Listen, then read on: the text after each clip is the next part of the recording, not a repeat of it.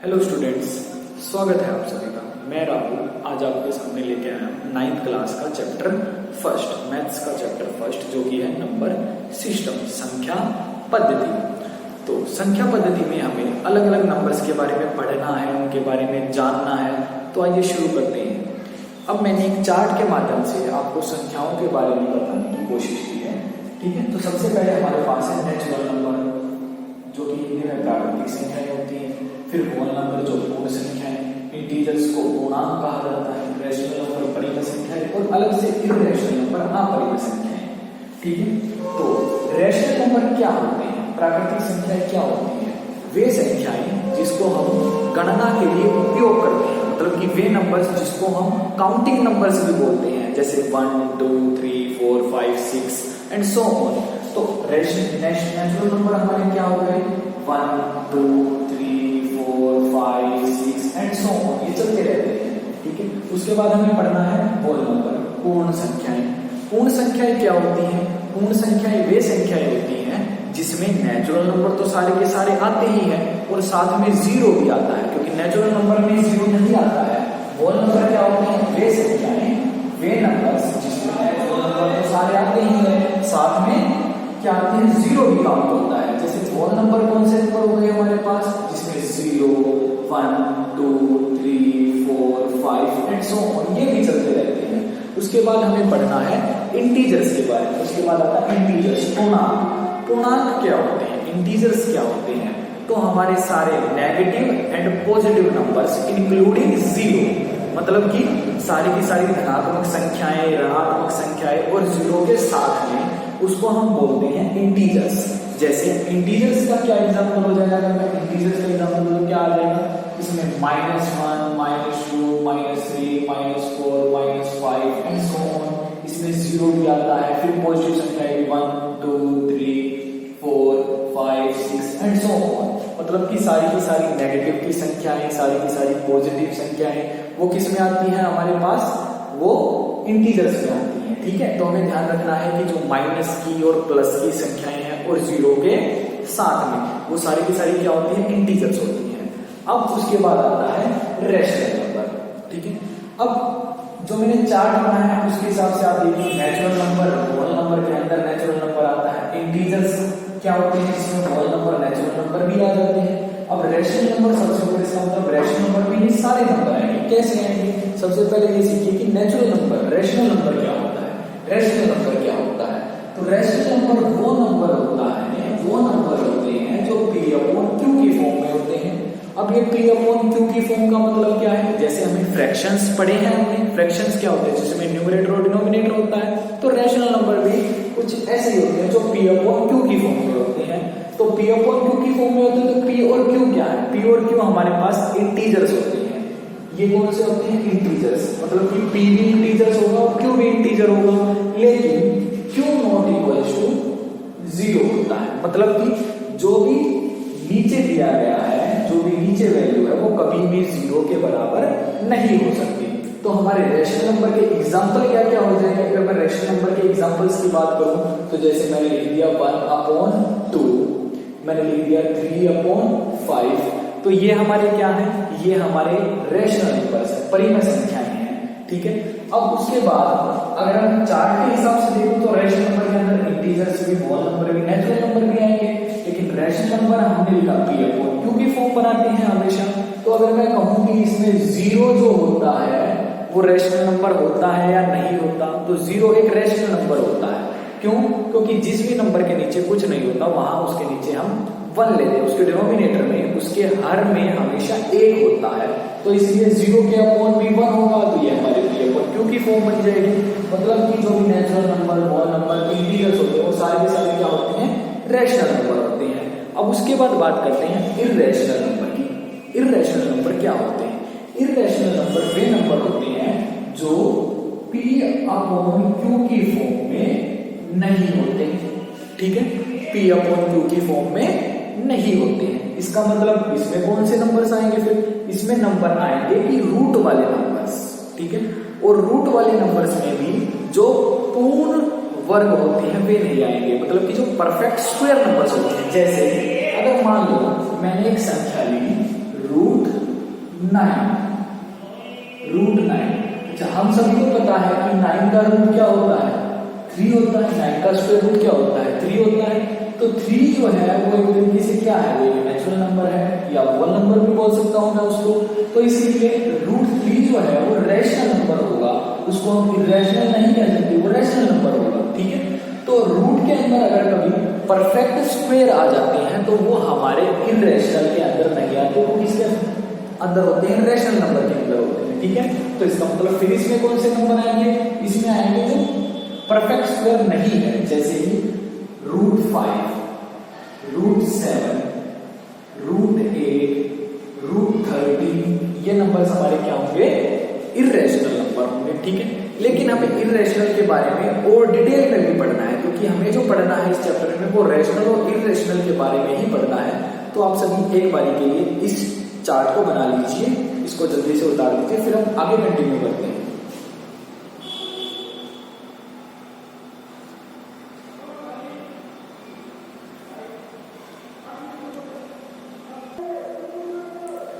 तो फ्रेंड्स, अभी हमने पढ़ा कि रियल नंबर्स क्या होते हैं, रियल नंबर्स वास्तविक संख्याएं, ठीक है। और इसी का पार्ट होता है रैशनल और इरेशनल नंबर। अब हम रैशनल और इरेशनल को थोड़ा डिटेल में पढ़ते हैं, इसको समझते हैं कि रैशनल इरेशनल क्या होता है। ये दोनों वास्तविक संख्या होती है, दोनों रियल नंबर होते हैं। रैशनल नंबर वे नंबर होते हैं जो P/Q की फॉर्म के होते हैं। ये मैंने अभी आपको बताया कि P/Q की फॉर्म में होते हैं। P और Q क्या होते हैं, P and Q are integers. वो क्या होते हैं, इंटीजर्स होते हैं, पूर्णांक होते हैं, ठीक है। और Q नॉट इक्वल टू 0, और Q कभी भी 0 के इक्वल नहीं हो सकता। तो अब इसके एग्जांपल्स हमने क्या क्या देखे थे, मैंने कहा था कि इसमें अपॉन वाले नंबर्स, जैसे एक तरीके से फ्रैक्शन जो होते हैं वो सारे के सारे क्या होते हैं, रैशनल नंबर होते हैं। नेचुरल नंबर भी रैशनल नंबर होते हैं, होल नंबर भी रैशनल नंबर होते हैं, और इंटीजर्स तो रैशनल नंबर होते ही हैं। अब इसमें माइनस वाले नंबर भी आ सकते हैं, ठीक है। जैसे मैं -2/5 ले लूं, या मैं -3/8 ले लिया, मैंने 2/3 ले लिया, ये पॉजिटिव नंबर है। और इसमें साथ में 0 भी रैशनल नंबर होता है, और उसके बाद 1 भी रैशनल नंबर होता है, ठीक है।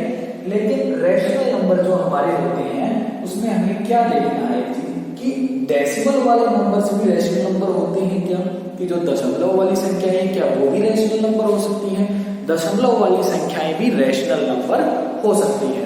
तो कौन सी दशमलव वाली संख्याएं हमारी रैशनल नंबर होती हैं, वे संख्याएं जो कि क्या हो, टर्मिनेटिंग हो या नॉन टर्मिनेटिंग रिपीटिंग हो। मतलब कि वे संख्याएं जो या तो खत्म हो जाए या एक जैसी संख्या की बार बार रिपीट होती रही। जैसे अगर इसका मैं एग्जांपल तो जैसे मैंने लिखा 0.125, ये जो डेसिमल नंबर है ये खत्म हो गया, तो ये क्या होगा, हमारा रैशनल नंबर होगा, ठीक है। अगर मैं इसी में आपको और दूसरा एग्जांपल तो जैसे मैंने ले लिया 0.0333 और ये 3 चलता जा रहा है, ठीक है। तो ये भी हमारे पास क्या होगा, ये भी हमारा एक रैशनल नंबर होगा। मतलब कि वे दशमलव वाली संख्याएं, वे डेसिमल वाले नंबर जो कि या तो खत्म हो जाए, मतलब टर्मिनेटिंग है, खत्म हो गए। उसके अलावा क्या आता है, जो खत्म ना हो, जो पॉइंट वाली संख्याएं जो चलती रहती हैं, ठीक है। खत्म होने वाली संख्याएं जैसे अगर मैं और एग्जांपल तो क्या आ जाएगा, 2.12875 खत्म हो गया। तो इसका मतलब ये क्या है, ये हमारा रैशनल नंबर है, ठीक है। इसको नंबर्स को क्या बोलते हैं, terminating number, terminating decimal expansion. इसके बारे में हम आगे डिटेल में पढ़ेंगे कि डेसिमल एक्सपेंशन में कि कौन कौन से हमारे डेसिमल एक्सपेंशन और रैशनल की रेशियो होते हैं। यहाँ पे हमें सिर्फ इतना समझना है कि वे डेसिमल नंबर जो खत्म हो जाते हैं वो भी हमारे रैशनल नंबर में आते हैं, और वो डेसिमल नंबर जो हमारे की जो बार बार सेम संख्या ही रिपीट होती रहती है वो भी हमारे क्या होते हैं, रैशनल नंबर होते हैं। इसके बाद बारी आती है इर्रेशनल नंबर की। इर्रेशनल नंबर क्या होते हैं, वे नंबर जो P/Q की फॉर्म में नहीं होते हैं। ये बात मैं अभी बता चुका हूँ, P/Q की फॉर्म में नहीं होती। जैसे P/Q की फॉर्म में नहीं होंगे तो क्या होंगे, रूट वाले नंबर, जैसे √5 आ गया मेरे पास, √7 आ गया, ये मैं बता चुका हूँ। और उसके बाद अगर यहाँ पर हमें देखा कि डेसिमल के कौन से नंबर रैशनल नंबर होते हैं, तो अब डेसिमल के वे नंबर जो खत्म नहीं होते, मतलब क्या है, नॉन टर्मिनेटिंग है, खत्म नहीं होंगे। टर्मिनेटिंग का मतलब होता है खत्म हो जाना, नॉन टर्मिनेटिंग जो नंबर खत्म नहीं होते तो इसमें कौन से नंबर समाएंगे? Non terminating, non repeating. कहने का मतलब है कि वे नंबर्स जो कि ना तो खत्म होते हैं डेसिमल वाले, वे नंबर्स जो ना कि खत्म होते हैं और वो चलते रहते हैं। ठीक है, खत्म नहीं होंगे तो क्या होंगे? चलते रहेंगे, आगे डेसिमल में नंबर कंटिन्यू रहेगा। और उसके बाद क्या होता है कि वो रिपीट भी नहीं होती। जैसे अगर मैंने एक नंबर ले लिया 0.1 2 3 5 7 9 8 डैश, ये चलता जा रहा है और ना इसमें कोई नंबर रिपीट हो रहा है। जैसे 0.02 002 0002 00002 डैश डैश, ये नंबर भी। अब कई बार जब ऐसे नंबर्स को हम डेसिमल वाले नंबर्स को देखते हैं तो हमें लगता है कि ये रेशनल नंबर होंगे, लेकिन ध्यान से देखिए, पहले 02 है, फिर 00, फिर 2, फिर 000, फिर 2, फिर 410, फिर 2 आया है। तो इसका मतलब ये सेम नंबर रिपीट नहीं हो रहा है, अलग अलग नंबर आ रहे हैं। तो इसका मतलब वे डेसिमल नंबर जो खत्म हो जाते हैं और वे डेसिमल नंबर जो रिपीट होते हैं वो हमारे क्या होते हैं? रेशनल नंबर होते हैं। उसके बाद इर्रेशनल नंबर कौन से नंबर्स होते हैं? जो P/Q के फॉर्म में नहीं आते। इसका मतलब वे नंबर जो परफेक्ट स्क्वायर नहीं है, जैसे √5, √7, ये सारे हमारे क्या होते हैं? इर्रेशनल नंबर होते हैं। अगर इसमें हम डेसिमल नंबर्स की बात करें तो कौन से नंबर आएंगे? जो कि नंबर खत्म नहीं होते हैं और साथ में रिपीट भी नहीं होते, मतलब एक संख्या ही बार बार नहीं आती है। जैसे मैंने एग्जाम्पल 0.1 2 3 5 7 9 8, ये खत्म नहीं हो रहा है, अलग अलग संख्या आ रही है। ठीक है, तो एक बारी के लिए जल्दी से आप इसको भी नोट डाउन कर लीजिए, फिर हम आगे कंटिन्यू करते हैं। तो स्टूडेंट्स, अब हमें पढ़ना है किन्हीं दो नंबर्स के बीच में या किन्हीं दो रेशनल नंबर के बीच में हमें रेशनल नंबर को कैसे निकालना है। ठीक है, तो किन्हीं दो नंबर्स के बीच में इनफाइनाइट रेशनल नंबर एग्जिस्ट करते हैं। कहने का मतलब है कि अगर कोई दो नंबर मैंने लिए हैं, जैसे क्वेश्चन क्या है मेरे पास, find a rational number between 2 and 3। यहाँ पर तो हम सिर्फ बात कर रहे हैं एक रेशनल नंबर निकालने की। ठीक है, लेकिन अगर मैं कहूँ कि 2 और 3 के बीच में कितने रेशनल नंबर होते हैं या किन्हीं दो नंबर्स के बीच में कितने रेशनल नंबर होते हैं, तो उसमें अपरिमित रूप से अनेक रेशनल नंबर, अनेक परिमित संख्याएं हो सकती हैं। ठीक है, तो दो नंबर्स के बीच में जो रेशनल नंबर्स होते हैं वो इनफाइनाइट होते हैं, बहुत सारे रेशनल नंबर हो सकते हैं। तो अब हमें यहाँ ये करना है कि 2 और 3 के बीच में मुझे एक रेशनल नंबर निकाल के दिखाऊं कि 2 और 3 के बीच में सिर्फ एक रेशनल नंबर निकालना है। क्वेश्चन ये भी हो सकता है कि 2 और 3 के बीच में एक से ज्यादा रेशनल नंबर निकाल के दिखाओ, 2 रेशनल नंबर, 4 रेशनल नंबर, ऐसे भी पूछ सकता है। अगर वो बात करता है सिर्फ एक रेशनल नंबर की, जो कि एक नंबर में क्वेश्चन बनता है, अगर मुझे 2 और 3 के बीच में सिर्फ एक रेशनल नंबर निकालना है तो सिंपली उसके लिए मैं क्या करता हूं, जैसे जो दो नंबर मुझे दे रहे हैं, मैं क्या करूंगा, a/b/2 उन दोनों को ऐड करूंगा, उसको 2 से डिवाइड कर दूंगा। जैसे 2 + 3/2, तो इनके बीच में जो एक रेशनल नंबर एग्जिस्ट करेगा वो क्या होगा, 5/2। और इसको हमें ऐसे ही रखना है, तभी तो P/Q की फॉर्म बनेगी और रेशनल नंबर होगा। तो अगर मैं सिर्फ एक रेशनल नंबर निकालने की बात करता हूं तो सिंपली मुझे इन दो नंबर्स के बीच में सिर्फ एक फॉर्मूले के तौर पे इसको याद रखना है, क्या होगा, a+b/2। अगर बात सिर्फ एक रेशनल नंबर की गई है, अगर क्वेश्चन में बोलता है फाइंड, या a की जगह यहाँ पर क्या होता है, find 4 rational number between 2 and 3, तो उस क्वेश्चन को कैसे करना है आप वो सीखिए। जैसे अगर 2 एक नंबर है हमारे पास, इसके नीचे 1 होगा, क्योंकि जिस नंबर के नीचे कुछ नहीं होता उन नंबर के नीचे 1 होता है। ऐसे ही 3 के नीचे अगर कुछ नहीं है तो यहाँ भी 1 होगा, उसका डिनोमिनेटर भी 1 होगा। अब इनके बीच में मुझे कम से कम 4 रेशनल नंबर निकालने हैं। ठीक है गाइस, एनसीईआरटी में भी ऐसे क्वेश्चन दिए गए हैं, हमें उनके बीच में 4 रेशनल नंबर निकालने हैं, 5 रेशनल नंबर निकालने हैं, 10 रेशनल नंबर्स निकालने हैं। तो अब इनके बीच में हम सीखेंगे कि 2 और 3 के बीच में 4 रेशनल नंबर कैसे निकालने हैं। तो सबसे पहले हमें इनका डिनोमिनेटर सेम रखना है। जब भी हम रेशनल नंबर निकालेंगे तो हमें ये चीज जरूर ध्यान रखनी है कि इनका जो डिनोमिनेटर है वो सेम होना चाहिए। अभी तो इनका डिनोमिनेटर अब भी सेम ही है, 1 and 1 है, लेकिन इनके बीच में जो रेशनल नंबर निकलेंगे अभी हमें एक निकालना था, तो मैंने सिंपली इनको ऐड करके 2 से डिवाइड कर दिया, 5/2 मेरा रेशनल नंबर आ गया। अब मुझे 4 निकालने हैं तो किस तरीके से निकलेंगे, अब उसके लिए मुझे कोई बड़ी संख्या चाहिए, मतलब कि इनका डिनोमिनेटर में मुझे कोई बड़ी संख्या बनानी पड़ेगी। जैसे अगर सिंपली तौर पर अगर मैं कोई नंबर लेके चलूं, जैसे इसमें 2/1 है, तो 2/1 को मैंने 10 से मल्टीप्लाई किया अगर मैंने डिनोमिनेटर को 10 से मल्टीप्लाई किया है तो न्यूमरेटर को भी करना पड़ेगा, अगर मैंने हर को 10 से गुना किया है तो अंश को भी करना पड़ेगा। ऐसा नहीं हो सकता मैं सिर्फ एक को गुना कर लूं। अगर इसको 10 से मल्टीप्लाई करें तो ये क्या हो जाएगा 20/10, इधर क्या है मेरे पास 3/1। अब इसके डिनोमिनेटर में 10 है तो हमें यहाँ पर इसके डिनोमिनेटर में भी 10 ही बनाना होता है, इसलिए 1 की मल्टीप्लाई में 10 से करूंगा तभी तो डिनोमिनेटर में 10 आएगा। अगर मैंने नीचे 10 से मल्टीप्लाई किया है तो मुझे ऊपर भी 10 से मल्टीप्लाई करनी पड़ेगी, कितना हो जाएगा 30/10। तो एक नंबर आया मेरा 20/10, ये रैशनल नंबर है एक तरीके से, ये है 30/10।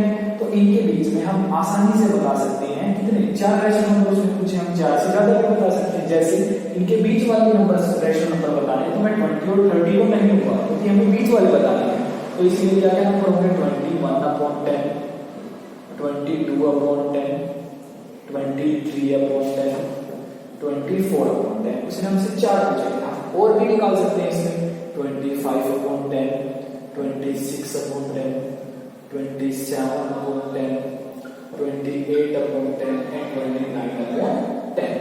ध्यान रखना हमें 20 और 30 को नहीं लेना क्योंकि उसने बात कही है बिटवीन 2 एंड 3, इन दोनों के बीच में होना चाहिए, तो मैं 20 और 30 को नहीं लूंगा। इसलिए ये हमारे पास कितने रैशनल नंबर हो गए अभी हमने यहाँ पर निकाल लिए 20, 21, 22/10, 23/10, 24/10। तो गाइस अगर एक रैशनल नंबर की बात करता है तो हमें a + b/2 वाला फॉर्मूला लगा देना है। अगर वो एक से ज्यादा रैशनल नंबर पूछता है, 4 पूछता है, 6 पूछता है, तो हमें क्या करना है उन रैशनल नंबर निकालने के लिए किसी सेम नंबर से मल्टीप्लाई करना, न्यूमरेटर और डिनोमिनेटर की। दूसरी तरफ भी हमें उसको डिनोमिनेटर को ऐसे नंबर से मल्टीप्लाई करना है ताकि जो इसके नीचे जो नंबर आए और जो इधर आए वो दोनों सेम हो। ठीक है, तो अब एक बारी के लिए इनको उतार लीजिए, फिर हम आगे कंटिन्यू करते हैं।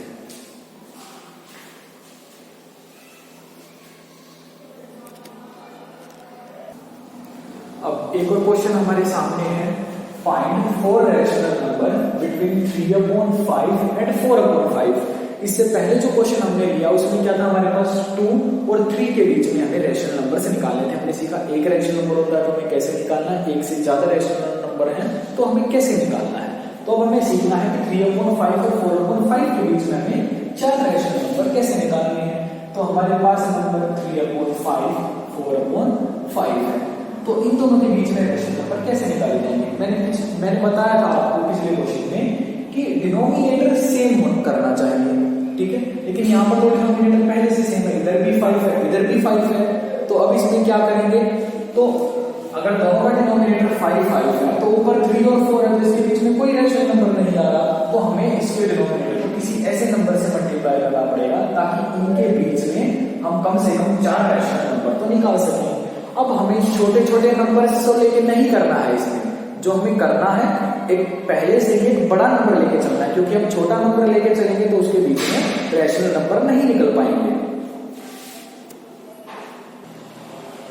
तो 3/5 की मल्टीप्लाई मैं सीधा कर लेता हूं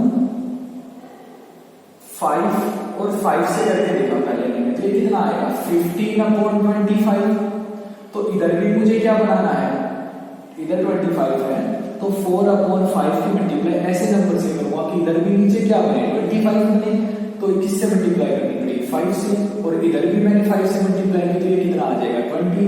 और मैंने देखा 15/25, 20/25, तो इसके बीच में 16, 17, 18 और 19, तो हमारे 4 रैशनल नंबर आ गए 16/25, 17/25, 18/25 और 19/25। तो हमें ये चीज ध्यान रखनी है, जब हमें 4 रैशनल नंबर या उससे ज्यादा रैशनल नंबर निकालने हैं तो मुझे शुरू में ही कोई बड़ा नंबर लेना है ताकि हमारे एक बार में ही जितने रैशनल नंबर कम से कम उसने जितने कहे हैं उतने तो निकल ही जाए। ठीक है, तो आप इस क्वेश्चन को जल्दी से नोट डाउन करिए, इसके बाद हम करते हैं अगला क्वेश्चन।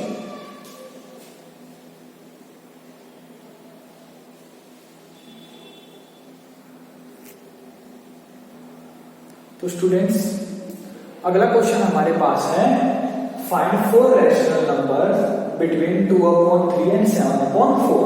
पहले हमने 2 और 3 के बीच में देखा कि सिर्फ हमें जो 2 नंबर्स दे रखे हैं, फिर हमने देखा कि ऐसे यहाँ पर मुझे नंबर जो दिए उनका डिनोमिनेटर सेम है, अब इनका डिनोमिनेटर भी अलग अलग है। इस कंडीशन में हमें 4 रैशनल नंबर कैसे निकालने हैं, तो देखिए 2/3 है और 7/4 है।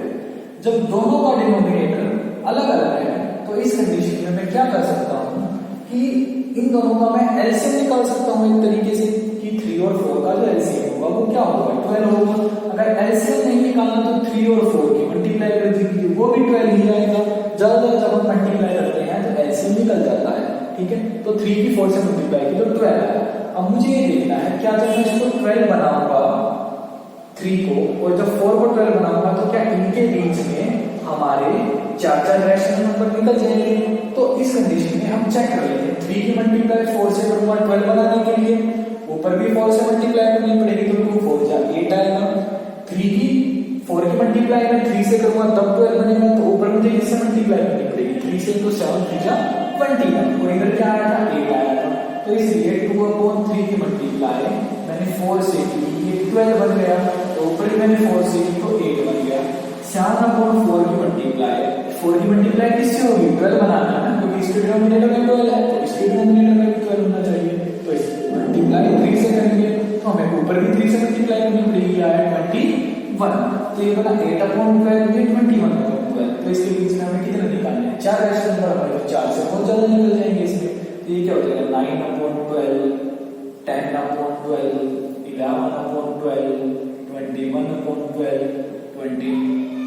बीच में हमारे नेगेटिव नंबर्स 12/12 और 13/12 14/12 अप टू हम 20/12 तक ले सकते हैं। हमें सिर्फ 4 निकालने तो ये 4 नंबर हमारे क्या हो जाएंगे इन 4 नंबर्स को मैं ले सकता हूँ। ध्यान रखना है कि हमें 8 और 21 को नहीं लेना है, सिर्फ उनके बीच वाले रैशनल नंबर्स को लेना है, ठीक है स्टूडेंट्स। तो आज हमने सारे नंबर्स के बारे में पढ़ लिया है कि नंबर्स हमें कौन कौन से हमारे सिलेबस में है 9th क्लास में, और हमने रैशनल और इरेशनल नंबर्स के बारे में डिटेल में पढ़ा।